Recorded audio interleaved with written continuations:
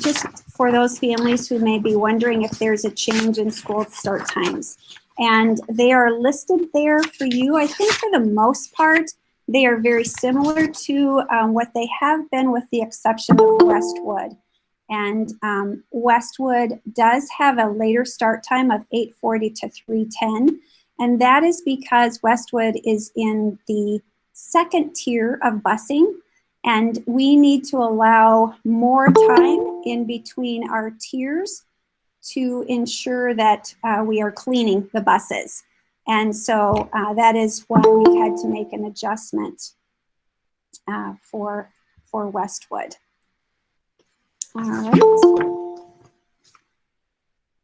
Sorry, I'm still getting notifications for admit. So K-2 model, welcome to K-2 families. Let me talk about this. Families, students in the K-2 model will come to school 4 days a week at 50% capacity, and they will be assigned to a licensed teacher. And classrooms are being modified to allow for safe social distancing in the classroom. I want to let you know that students will be required to wear masks all day. Classroom assignments are being revised, and families will be notified very shortly of what those assignments will be. So in the spring, or maybe sometime this summer, some of you may have learned about who your teacher was, maybe not. But anyway, you'll be learning very shortly here who your child's classroom teacher is going to be. I wanted to also let you know, I know there was a question earlier about devices, and we'll talk about device deployment here in a slide that's coming up. Teachers in the K-2 model will engage students on a daily basis in morning meeting, and that will be done synchronously. And what that means is that face-to-face. So as a classroom teacher, I'll set up my computer so that my students in the classroom can see can all be together. And we're really excited that it's a great way to start the day. Teachers will also engage in morning meeting on Fridays on that at-home learning day. And again, synchronously, so students will all log on at the same time if they're able. And families who are not able to log on that time, teachers can record that session, and maybe the family can engage at a later time with their student in the evening and be able to participate in that morning meeting. And so, for example, if an activity is assigned, then the family can participate in that together. And Fridays are an opportunity to go deeper into the learning. Students will be set up for success before they go home on Thursdays, and teachers can talk to students about what Friday's learning expectations are. There might be an opportunity to engage in some paper pencil activities on Fridays, some posted learning assignments, as I indicated earlier, synchronous morning meeting. It's also a time when teachers can do some individual or small group instruction with students, and also a time for staff to connect with families on Fridays. Okay, on the next slide, Mike. Goal setting conferences. Like our typical start to the school year at the elementary level, we have done goal setting conferences, and those will continue this year.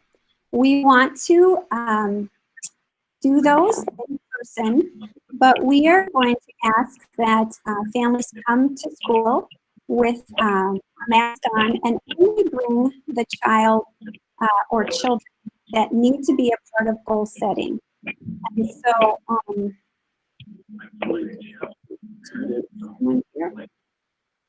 we want to ensure that we are able to social distance. And so the we are asking families only to bring those children who are involved in those goal setting conferences. At goal setting conferences, we will also be doing device distribution or deployment. So families may come expecting to stay a little longer than you typically would. I know that typically our goal setting conferences have been about 30 minutes in length. We want to still take that time for meeting the teacher, the family, the student, making those connections, talking about hopes and dreams for the school year, and then ensure that families get their device and get set up for success. So we will take time during those goal setting conferences to ensure that families know how to log on, also help them complete the paperwork and form at goal setting conferences, and then answer any questions that they have. Because we want to ensure that when students are engaging and learning at home, that they have all of their questions answered and all of their needs met in order to be successful on those at-home learning days. You will be receiving information from your individual school sites regarding the time that you should come to conferences. And I know that each individual school goes about scheduling those differently, and you will hear very shortly from schools regarding your scheduled time and when to come for that conference. So hopefully it will be nice and we can meet outside. If not, schools will ensure that conferences are done in such a way as to social distance and keep everyone safe. Okay, Mike, you can go to the next one. Arriving to school. So we're... Marcia, I'm so sorry. I accidentally got bumped out of the meeting. I'm back now. Could I have you stop for a few questions? Sure. The first grouping is about 50% and clarifying that. One person said, what does that 50% capacity means? Is it based on fire marshal, for example? So could you go into that a little bit? Sure. So let me explain about the 50%. We had, we worked with some architects who did a review of each of our school buildings to determine what that 50% capacity would look like and in keeping with fire marshal codes. And so 50% capacity in essence means that, let's say we have a typical classroom of 24, it means that it would be at 50% capacity. We also have rooms in our buildings that are somewhere in the vicinity of 900 square feet, 800 square feet, and about 700 square feet. Those are our typical classrooms in most of our buildings. And each of those have a different capacity in terms of what that 50% looks like. And so, for example, a 900 square foot room could hold about 15 students. So we also need to account for the teacher as well. And so classrooms are being reconfigured, if you will, to ensure they're social distancing. And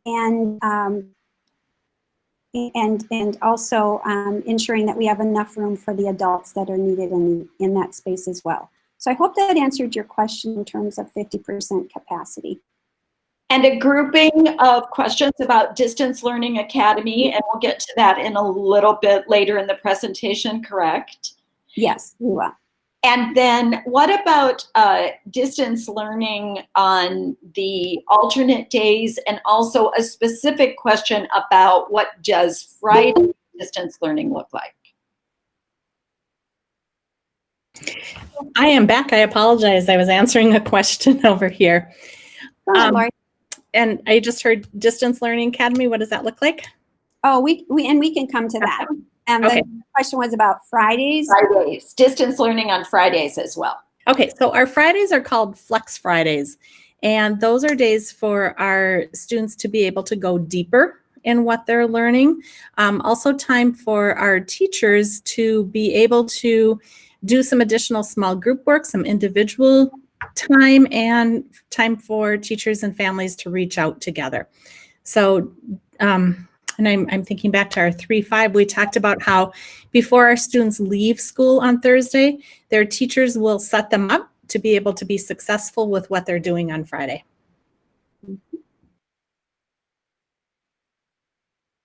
Okay, so let's talk about arriving to school.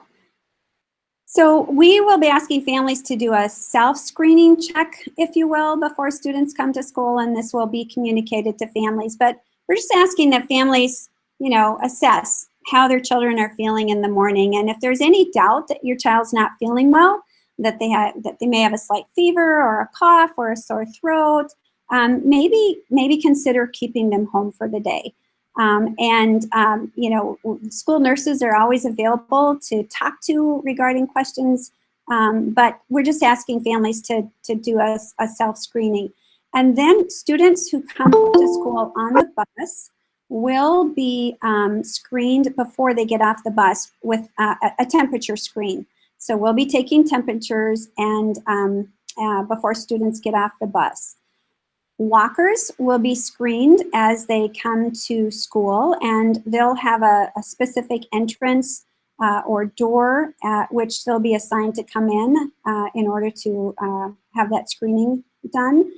Drivers or riders or students who come to school in cars will be screened before they get out of the car. So we'll ask parents to roll down their window, take a temperature scan, and then students can get out of their cars. If, for example, a student has a temperature and they're with their parent in the car, we will ask that they go home for the day. And then staff will also be screened any staff that comes into the building will be screened with a temperature screen as well.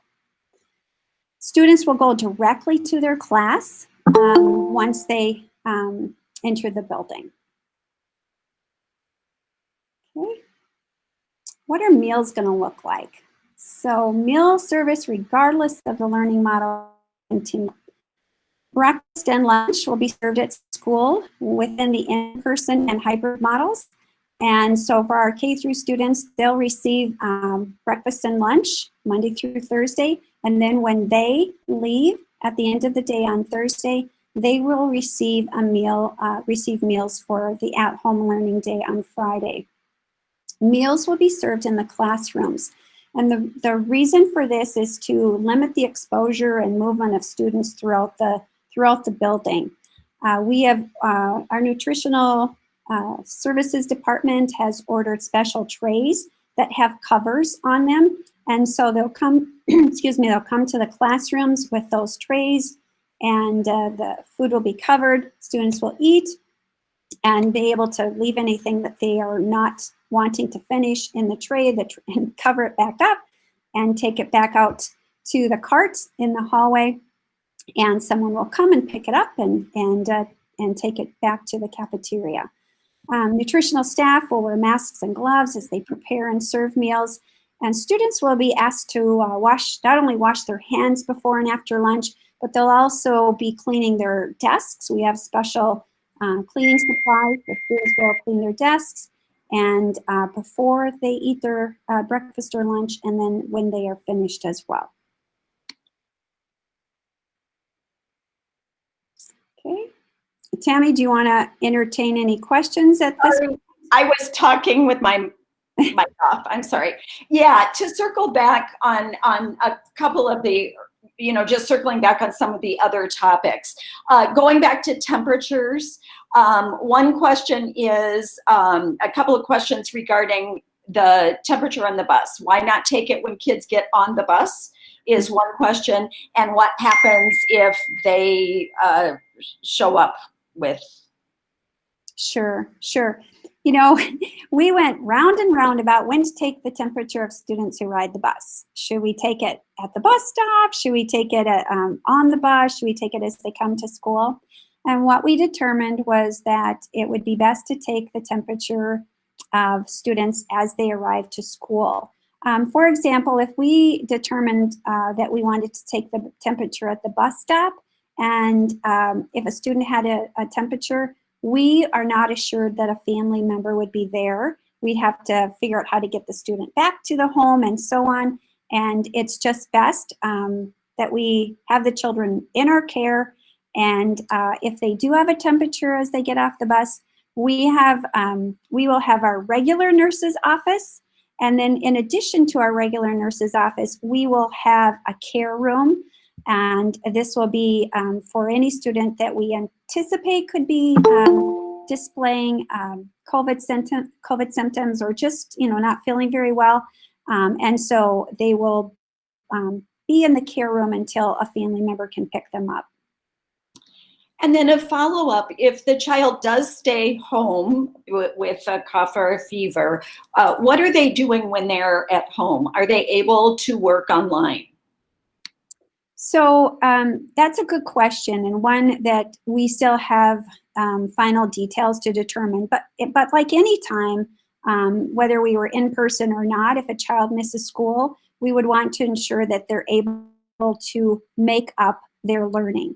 And so how that's exactly going to play out, we will determine and communicate with families. And again, that could look different by school or classroom, but it's always our goal to ensure that children don't miss out on learning while they are at home. And we know that in this case, there might be times when students could miss a potential amount of school, either because they are sick or because they may need to be quarantined. And so we will ensure that they receive learning. And Lori's back on. I'll see if she wants to add anything to that. But students, absolutely. We don't want them to miss out on their learning if they are not at school. Go ahead, Laura, Tam. did you have something to add? Because this was kind of a piggyback question. Yeah, I don't have anything to add. Hey, Marcia did a nice job covering that. So this is clarifying about home screening. We are going to be asking parents at home to check temperatures before the child gets on the bus or walks or however they come.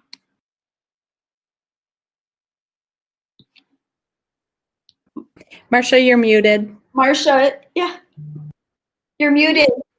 Okay, what we'll be asking families to do at home is yet to be finalized and will be communicated to families. But I think what we're saying is just in general as families, and you do this, I mean, you always assess how your child is feeling before they come to school and whether or not, they should come if they have a cough or a cold or a slight temp. And so we're just asking in this year of a pandemic that maybe we're all a little more vigilant or attuned to that before we send our children to school.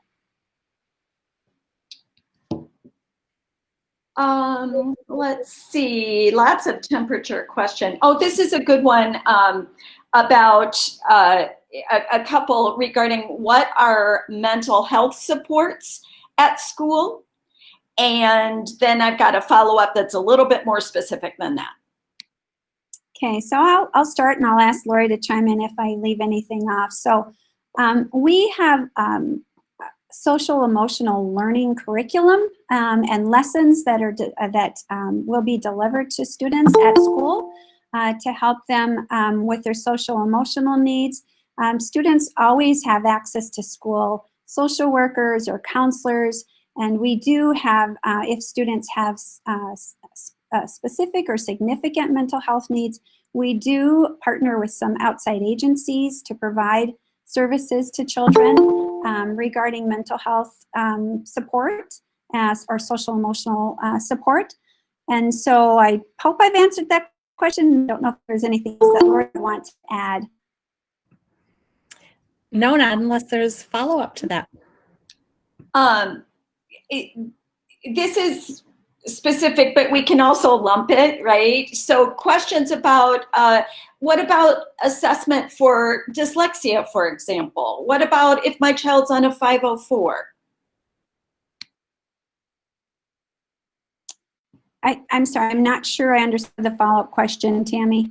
There are a couple of more specific questions, but I think that they can be lumped together in special supports. So for example, what if will my child be screened for dyslexia? What if I'm concerned about that? How does that look? Regardless of the model, will that happen? Yes, all of those screening and assessments that we've done in the past to support children's learning will still take place during any model. And how it will look might be a little bit different, but those supports will still be available and assessments will still be available for families.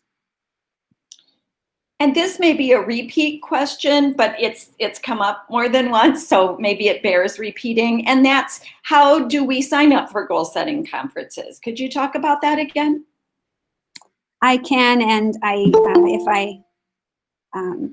if any of my principal friends want to chime in, but I know that it looks a little different at some of our sites. Sometimes schools have families do that through an electronic version where they can sign up for certain times. Other schools might do that by calling families or saying these are available times. So every site does it a little differently, but that information will be coming out very shortly so that families can get scheduled for a conference. And Principal Rivard, I see your face. Is there anything that you'd like to add regarding that?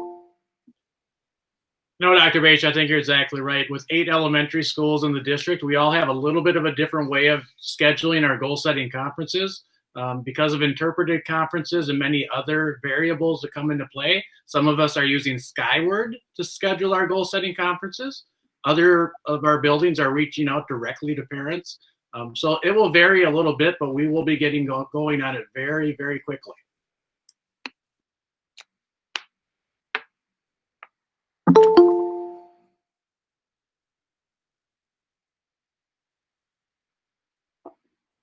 Tammy, now your mic's off. Sorry, one for one. Marcia, you had talked about 50% capacity and talked about that in terms of space. So a question came back, well, so what if a teacher has 25 children in her kindergarten class? How does that look spread out? How is that supported? So all of the K-2 classrooms have been redistributed so that classrooms are at 50% capacity. So for example, if I have a classroom of 25, those students have been redistributed into 2 spaces in order to have 50% capacity and social distancing occur. So that's how that looks, that's what that means. And I think earlier I indicated that there would be a licensed teacher in each of those classrooms, and soon families would be learning who their children would be with. Lori Posch, how about specials? Specials, I was sharing with grades 3 through 5 how important our specialists are in the development of our children. And we know that in order for our students to be well-rounded and to have all of the skills and everything that they need, our specialists, our FIED, our art, our music, we have tech integrationists. Marcia mentioned earlier some of our social emotional learning curriculum. So all of those are important parts of our children's day. And we have been really closely reviewing the information that's come out from MDE, but also in consultation with some of our neighboring higher ed institutions about what they're saying regarding music and FIED and art. Last Thursday, the Minnesota Department of Ed put out a document that gave us more details about what we should and shouldn't be doing in fine arts, and we're expecting that same or similar document to come out in FIED. So right now what we're looking at is our teachers will be revamping their lessons for the year. We know that specialists will look different than they have in the past. We will be requiring our students to wear masks. So for our K-1-2 students, Unfortunately, there will be less singing that will happen with masks off because we want to make sure that we're really keeping our students safe. So some of those singing activities might take place at homes on the days when they're home. On those Fridays, they'll be getting some extra specialist activities to do. And we know that there are some of those things that can still be done with masks on. For Phi-Ed, we will have our students in the gym and outside as much as possible. Again, keeping the masks on. Our Phi-Ed teachers are looking at activities that don't require a lot of exertion during the times when they're in buildings and in those classes. So we'll continue to monitor, we'll continue to work with our teachers in those areas to make sure that they're giving your children the best opportunities possible. And Lori, is that also true for immersion programming? It is, yes.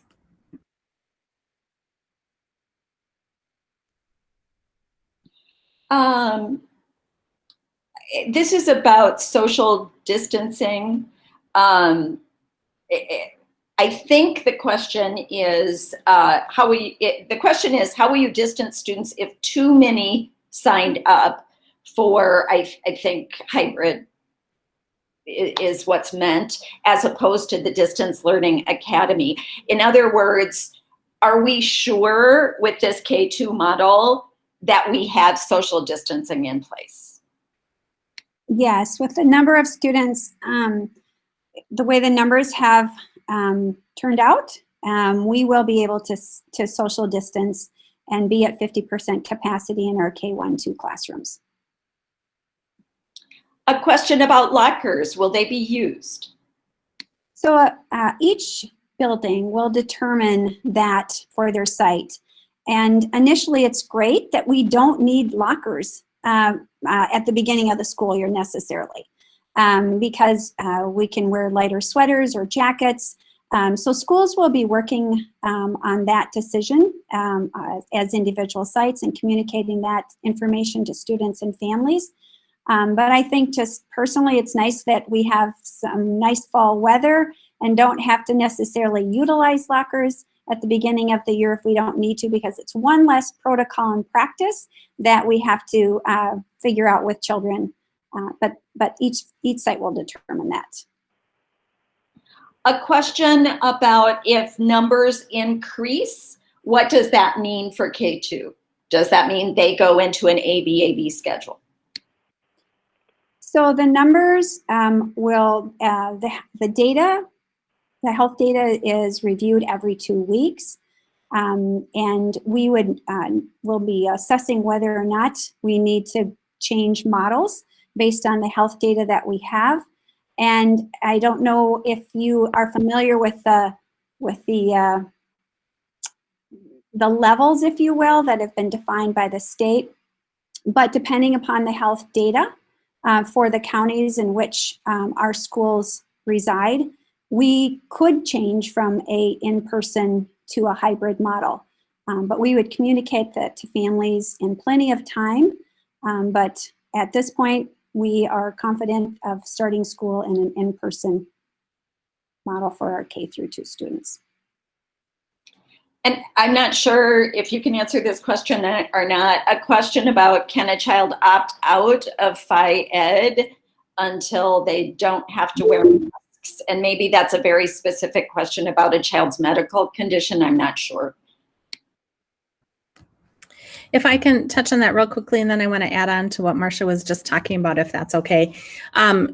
If there's a medical condition or if there's a reason why, that would, like any other medical reason, go through our school nurses and our school sites. So regarding not wearing a mask, the experts that we've talked to have said there is not a concern with the activities that our Phi-Ed teachers are planning regarding wearing masks. And I just want to touch back with Marcia. The question was about whether our K-2 students would switch to an AB-AB.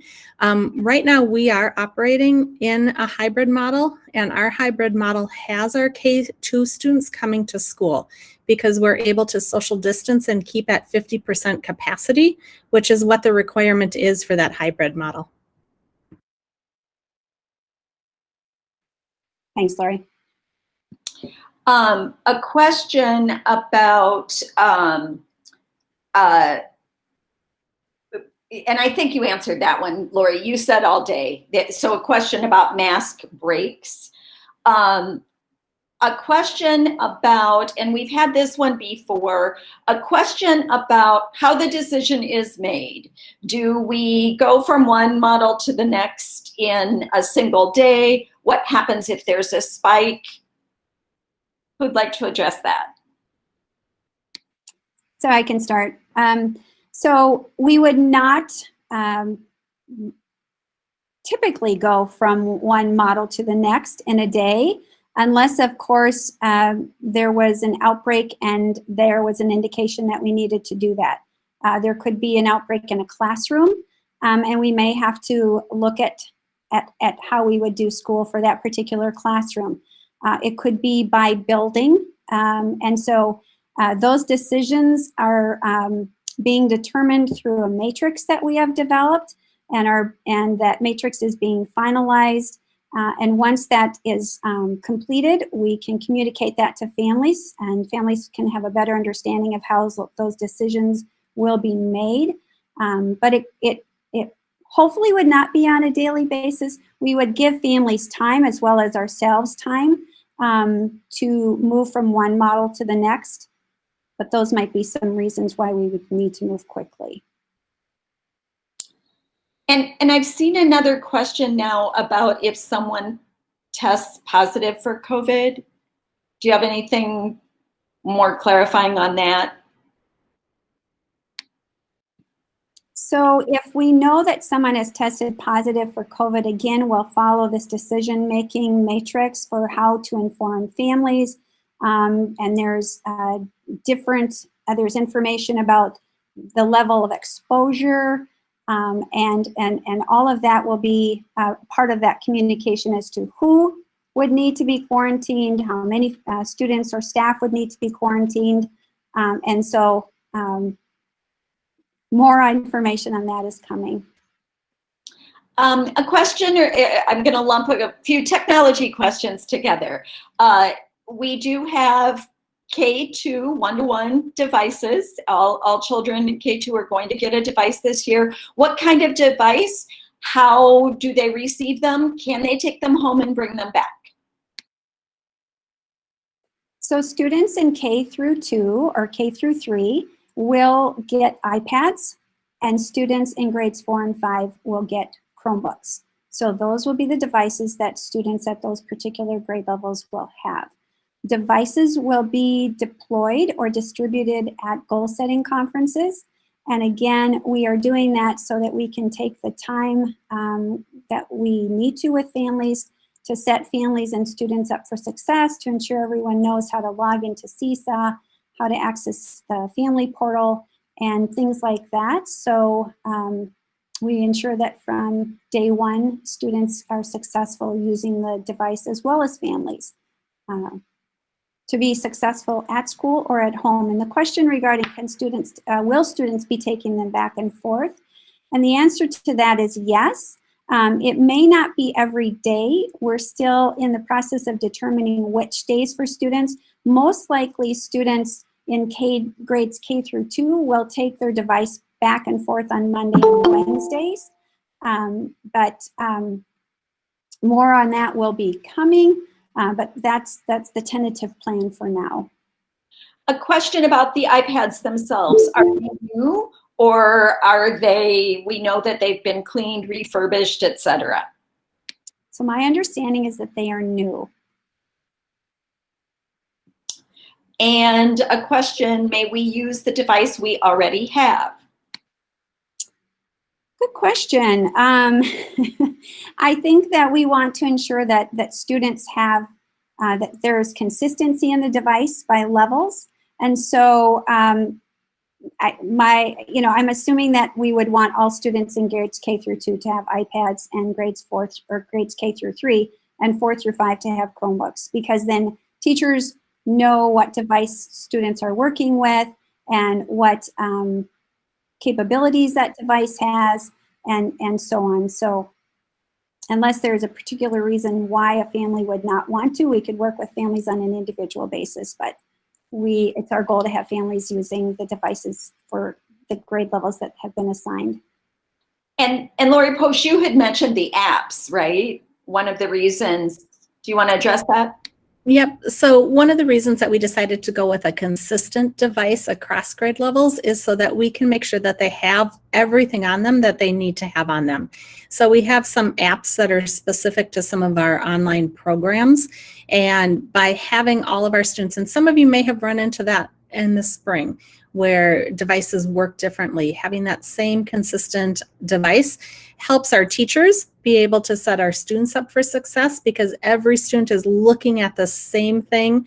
Every student's iPad or Chromebook is set up the same way. So in addition to making sure it has everything that we need it to have on for our students, it also helps our teachers be able to monitor that and help our students be more successful.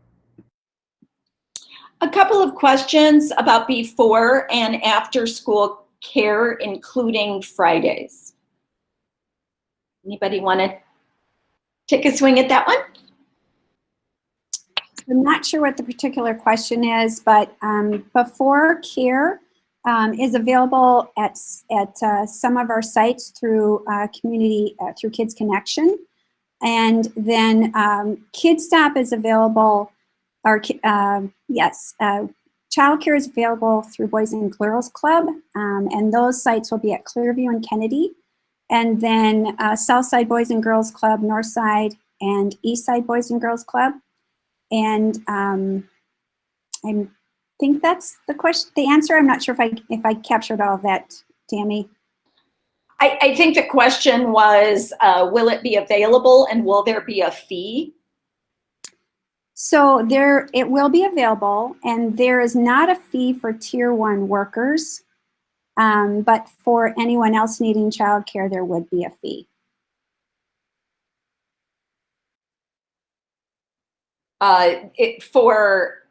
During school, right? And before and after would be the fee. Yeah. Oh, I'm sorry. What's a Tier 1 worker? Last spring, the state addressed those workers as essential workers. So your help me out, your emergency responders and teachers also are considered essential workers, but for whatever reason, the language changed and now they're called Tier 1. Sorry, education jargon there, sorry. So they include healthcare and public health workers, law enforcement, food and agriculture workers, teachers, anyone in the judicial branch, National Guard, and anyone who's providing childcare and school age care. Those are the Tier 1 workers. A couple of questions about bus scheduling and bus routes. And we know that those will be coming to families in the mail as they always have, correct? Yes, families will receive a postcard with their bus schedule. A question, what about teachers outside of District 742? Can they use our Tier 1 childcare? Gary's not on the call. Can anybody answer that one? I'm not sure. I'm not sure. My understanding is that if the students are enrolled in our district, then they qualify within our district. Okay, thank you. And I'm sure that we can clarify that too once we talk to Gary again.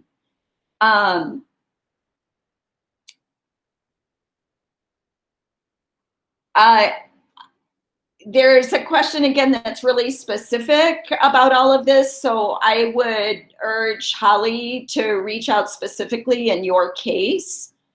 And the question about what about the capacity of daycare and so forth, I think, is that a Boys and Girls Club question? That's who we're partnering with. So that would be, once you register your child, that would be a question for them. Okay, Holly is asking the question, she thinks for all parents. I'm wondering if you're a district employee. The question is, I've never had to pay during the school year for my child, and now due to the schedule that's set, I will have to. And how did we come to that decision? So I'm not sure if that's a specific question or an everybody question. Help me out. I'm not sure I understand the question about paying for childcare. And again, if it's a childcare question, I don't know that I know all the answers to childcare, to the childcare question. So I'm not sure what the reference in pay is about. Well, we talked about if it's before or after, it's a fee. But again, we were talking about essential workers and during the day. That's why I'm a little confused on that too. However, we will be, that's part of the information that'll be coming out to families in the mail, right? Perhaps it's in reference to Fridays. Having to have childcare on Fridays because we're not in school. Okay. Again, I'm going to ask, since I'm not quite sure what the question is, feel free to email me, and I will forward that on to Gary Ganji if I can't answer it, so that we are confident that we're getting you the right answer. So I'm going to be timekeeper now. We're about running out of time, so I'm going to field like a last couple of questions here. And one of them is, what's our attendance on policy? What's our policy on attendance going to be? Sorry, Lori, can you take that one? Actually, that's probably more of a Marcia question. I think she slipped away from the mic. Okay. Yes. Oh, there she is. I am back. I meant to, I did not mean to turn off my mic or camera. I put my email address in chat for any families who want to email me with further questions. So attendance. Attendance, obviously, for students that are in person will be taken like it is on any typical in-person attendance day.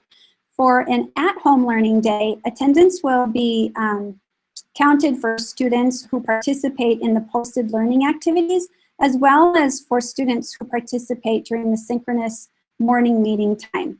So those be ways in which students will be counted as attending school that day. Both of those ways. So attending morning meeting and engaging in the posted learning activities. Also through engaging in the small group activities that teachers will be engaging in with students that day, or individually. Those are all the ways that students will be counted on the at-home day. But when they're in person, it's typically what it looks like during a regular in-person day. All right, and it is 6:55. Okay, maybe one last question. It's a seesaw question.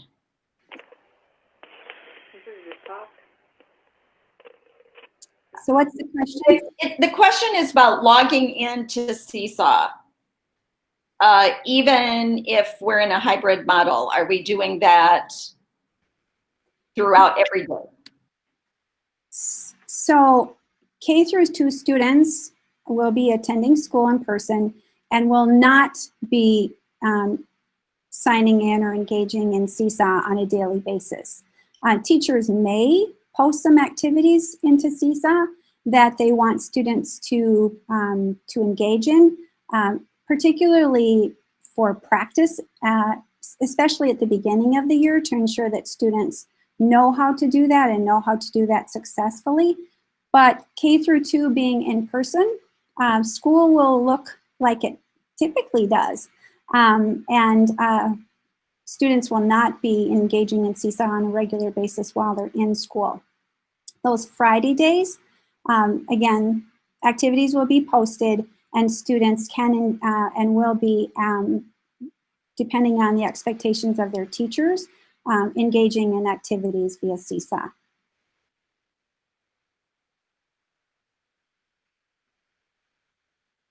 I think it's time to wrap up.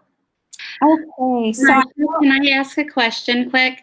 So I think there was some confusion when you were mentioning the 2 classrooms for student numbers. I think parents are envisioning that there's one teacher that's assigned to both classrooms. But what you're saying is this year, the 50% capacity is that classroom with that teacher, and that will not change throughout the year, correct? Well, it will not change throughout the year if we stay in this model. And so the way that we are starting school, it does mean that students will have a licensed teacher with them in the classroom that they're assigned to. And so, you know, depending upon if we need to change to a distance learning model during the year, they still would have that teacher. So you're right, Heather, for this year, K-2 students will have the teacher that they're assigned to at the beginning of the year. Right. So if we went to everybody full-time, that child's teacher would not change. Right, you know, and that, Holly, is when, or Heather, is when we would need to take a look at that and possibly reassess as to what that would look like should we go back to everybody in person model. Because we may want to go back to doing co-teaching and doing teaching together in the classroom. Should we be able to have capacity of our classrooms again? But again, that has not been determined, and we would make those plans should we be able to cross that bridge throughout, you know, at any time during the year. Okay, thank you. I know Lori Posch wants to wrap up real quickly. A couple of questions. If a teacher is ill, where will there be substitutes? Can you do that one really quickly? Yes, there will be substitutes if a teacher is ill. And I just want to say thank you before Lori wraps up. I want to apologize for the, you know, the beginning of the meeting and the unfortunate start. But most importantly, I want to thank the families that have joined us, the teachers, the leaders of our buildings and our district that have been able to be with us this evening. We are excited for the start of school. We look forward to seeing students again and to setting students and families up for success at goal setting conferences. And like any given year, we are just eager to get going, and we are, despite the challenges that we face with this pandemic, I'm confident that it's going to be a great year, and together with families, that we are going to set our students up for success and together have a great school year.